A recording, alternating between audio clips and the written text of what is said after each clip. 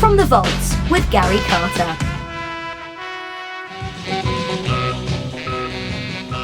Good evening and welcome to From the Vaults with Garry Carter. I haven't heard that for about 38 years. That was my old intro we used to play. The music you're going to be hearing for the next hour is 50s and 60s, so I hope that does kick you off and we enjoy ourselves for the next hour. I have my engineer with me, Tony. Say hello, Tony. Hello, Tony. Who used to be the other side of the glass, but he's coming here with me tonight now. So what we're going to do, we're going to move straight on with some music. We're going to play first record I ever bought, believe it or not. The Monkees and I'm a Believer.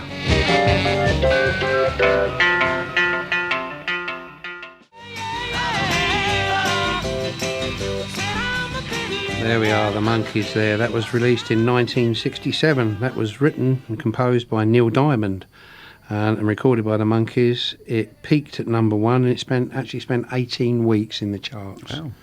So it was quite You've done your research, I've done my research. I'm impressed. It's how it used to be. Absolutely. We used to sit for hours when we used to do it on the old vinyl. Now I'm looking out at Ron there and all he does is press a button. It's unbelievable. So the next track we're going to play is by Buddy Holly. It was written by Buddy Holly and Jerry Allison. It was first recorded by Buddy Holly with his original band, The Tunes, the Three Tunes, and then it was in 1956, and then it was performed by Buddy Holly and his new band, The Crickets, in 57. And it's That'll Be the Day. Well, that'll be the day. That'll be the day. My goodness. I joined Radio Brockley in 1974, I think it was, and thoroughly enjoyed my time here. I think the 70s were great, but as I've got older, I still think the 70s were great. I used to work in a public house which was just down the road, and used to have a few renegades from this establishment turn up. I think that's how I got to know everybody, and that's when I came along and did some work, met Tony done my engineering. And we had some great shows up here, if I remember rightly. He did. Really good shows, I mean, outstanding. It's so nice today to see everybody who, well, not everybody yet, but most people who were on the air when we were, and it's nice to see they're still around and we're still all talking to each other, which is nice. Absolutely. I'm going to play a record now. I can remember this record from when I was very small. It actually came out when I was one, but it was one of my mum's favourites. I hope you don't mind me playing it. And it was by Eddie Calvert, and it was originally a German song, as related by a young woman. Remember her once very famous clown father in Germany, and it's called "Oh Mein Papa."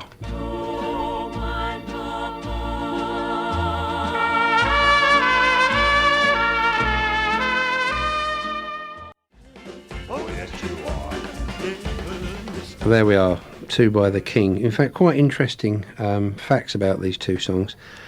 Heartbreak Hotel, the guy who wrote it, Tommy Durd, read a newspaper article about the suicide of a lonely man who jumped from a hotel window, and that inspired the lyrics for that song. So there we go. And The Devil in Disguise was actually played on Jukebox Jury, and John Lennon was on the panel. Thank you, Tony. It's an age thing. Was on the panel, and he actually said that, this is his actual words, John Lennon voted the song a miss, stating that the new song Elvis Presley was beginning to sound like Bing Crosby, and he put it down as a miss, and it actually reached number one and was there for 2 weeks. So how wrong you can be. One of my favourite songs now, we're going to move on, is written by June Carter for her husband Johnny in 1963, and it's Ring of Fire by Johnny Cash.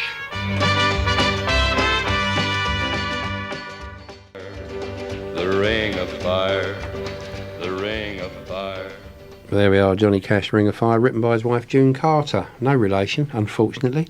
Yeah. Well, while we was listening to Elvis Presley, Tony was telling me that he went to Gracelands last year. What was that like, Tony? absolutely amazing. I'm not an Elvis fan, but that site was just incredible. Really, really good.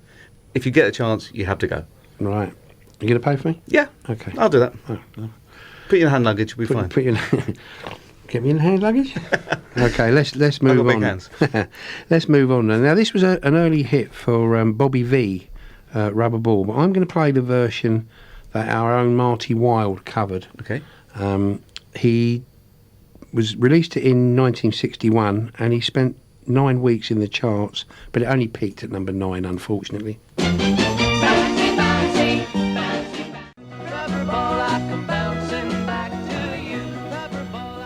There we are, Marty Wilde, which I personally think is a better version than Bobby V's anyway. And you may know Kim Wilde was his daughter, who had a few hits, I think, in the 80s, but she's in design and fashion. I think, She is. Yeah. Very successful. Design and Garden fashion. business. Garden business, yeah. I'm going to play a song now by the Marcells. They were formed in 1959 in Pittsburgh, Pennsylvania, and they were named after the popular hairstyle of the day, which was called the Marcel Wave. Do you know, we're going to play Blue Moon, but do you know what a blue moon is? It's once in a blue moon. It's Yeah. when it's the moon appears twice in one In month. Oh, you know everything. Sorry.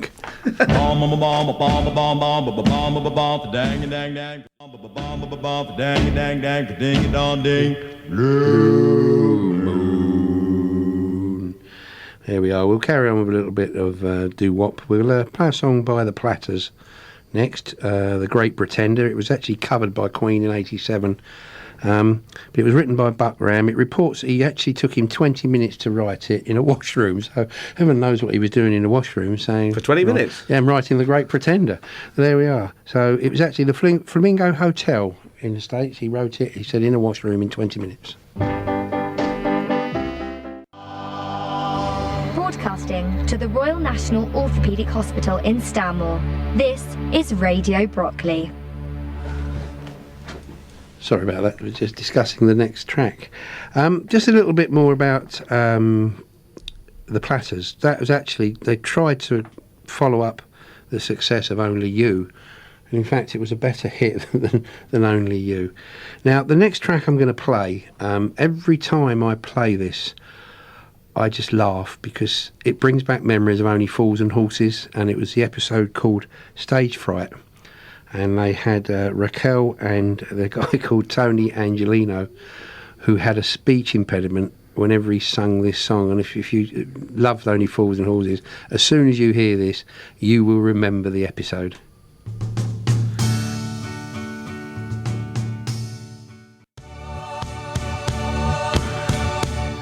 There we are, kawaiing. Every time I hear that, I just can't help laughing. I mean, that, the Chandeliers, and when Del Boy falls through the bar, they are the best three of Only Fools and Horses. There's loads and loads of others, but those three really stick out. We're going to move forward to the 60s now. We're going to play a little bit of music. First one by the Searchers, which is Sugar and Spice. This was written by Tony Hatch, who actually wrote the theme tune to Crossroads. He wrote loads of stuff. I mean, the guy with Crossroads, he never had to work again, I don't think. But so we'll listen to the Searchers with Sugar and Spice.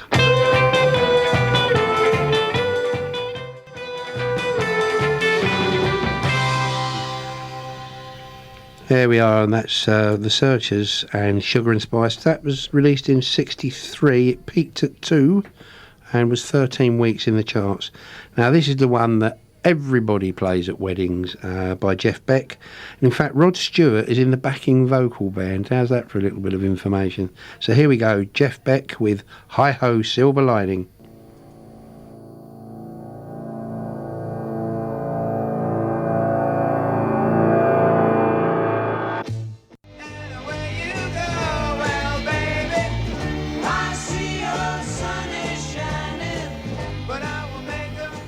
There we are now. I want you all to get back into bed now. We've had our little bop. In fact, my engineer made me look quite worried when he was dancing outside there, because I've never seen Ron move like that. So that was Jeff Beck with Hi Ho Silver Lining. That was a hit 1967. It actually only peaked at 14, believe it or not. Did it really? No, it never made number one, but it was 14 weeks in the chart. So, okay, we're going to play from 1958 now, Eddie Cochran. This was originally the B-side of his record, and the people just love it so much that they turned it over and made it the A-side. Eddie Cochran sang both vocal and bass vocal and also played all the guitar parts on it. So it's Eddie Cochran, Summertime Blues.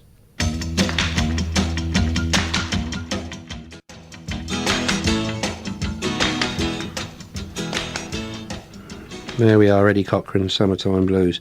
What we're going to do now, we're going to play three in a row, three brilliant instrumentals. The first one we'll play you is Johnny and the Hurricanes, Rocking Goose. That was from 1960.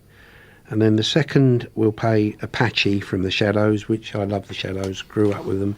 That'll be from 1960 as well. And then John Barry 7, and it's called Hit and Miss. Us older people may recognise it. It was released in 1960, and it was a theme tune from a television programme called Jukebox Jury.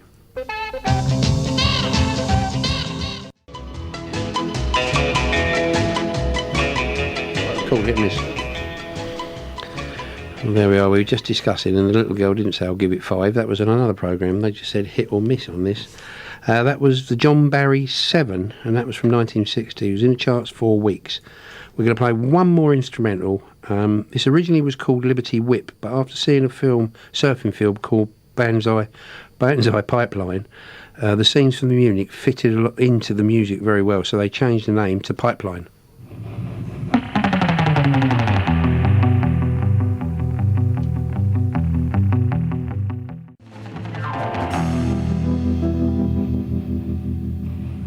There we are, that was the Chantays with Pipeline. Now, for those of you who don't understand or don't know, in surfing, a pipeline is when the big wave comes over and they actually go along the pipe or the tunnel that's built. So that's why it was, and he just loved it, and he said that will do, we'll call it Pipeline.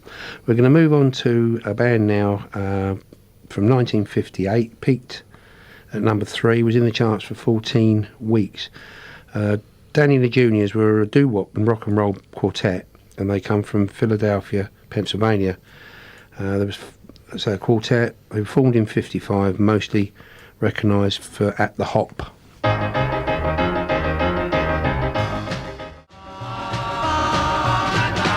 There we are, At the Hop. Danny and the Juniors revived, I think, in the American Graffiti film, which was a great movie. If you haven't seen it, see it. If you love this kind of music, there's 50, 60 records played on it. It's absolutely marvellous. 2 LPs worth. LPs, look at us. Half the people listening don't know what an LP is. A long playing record in vinyl. There we are.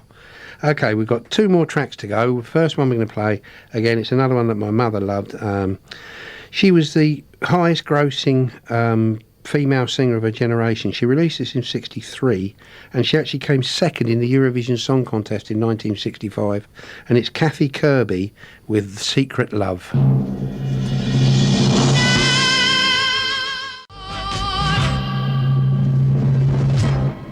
There we are, Kathy Kirby, Secret Love. Well, I'm afraid to say that my hour is up. It's flown by. I'd like to thank Ron for engineering for me. I'd like to thank my old engineer, Tony, for sitting in with me. Thanks for inviting me. It was great fun. And we are going to try and do it again, hopefully more than annually, but it won't be in another 38 years, I can assure you. But what I'm going to leave on is a song that I always played when I left the show. It's one of my all-time favourites. It's the Spaniels and Good Night, Sweetheart. So thanks ever so much for listening. Wish you well soon. Bye-bye. Good night, sweetheart. Well,